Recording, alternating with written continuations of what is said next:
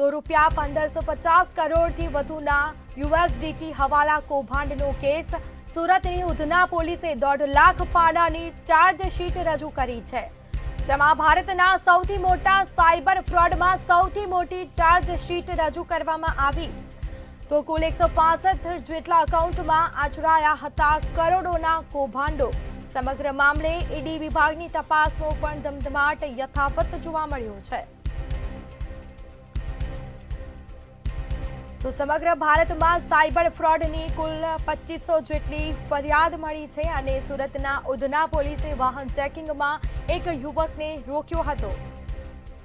કારની તપાસ કરતા તેમાં શંકાસ્પદ બેંક એકાઉન્ટની કીટો પણ મળી આવી હતી અને પોલીસની ચાર્જશીટમાં 200થી વધુ સાક્ષીઓ દર્શાવવામાં આવ્યા। સમગ્ર મામલે ઈડી વિભાગની તપાસનો પણ ધમધમાટ યથાવત છે। ઈડી વિભાગે પણ આ અંગે તપાસ કરી છે।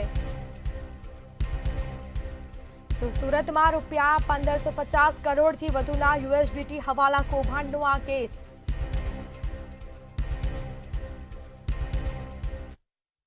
ગઈ તારીખ 22/5/2025ના રોજ ઉધના પોલીસ ઉધના વિસ્તારમાં વાહન ચેકિંગમાં હતી। એ દરમિયાન એક વ્યક્તિ મળી આવેલ શંકાસ્પદ, જેના વાહનનું તલાશી લેતા એમાંથી મ્યુલ અકાઉન્ટ્સના જે ડોક્યુમેન્ટ હોય એ મળી આવતા પોલીસને શંકા ગયેલી અને એના આધારે પોલીસે ઊંડાણપૂર્વકની તપાસ ચાલુ કરેલી, જેમાં કુલ 4 આરોપીઓની ધરપકડ કરવામાં આવેલી અને આરોપીઓ પાસેથી કુલ 165 બેંક એકાઉન્ટ મળી આવેલા, જેમાં એના ટ્રાન્ઝેક્શનો ચેક કરતા કુલ્લે 1550 કરોડ રૂપિયાના ટ્રાન્ઝેક્શન હતા।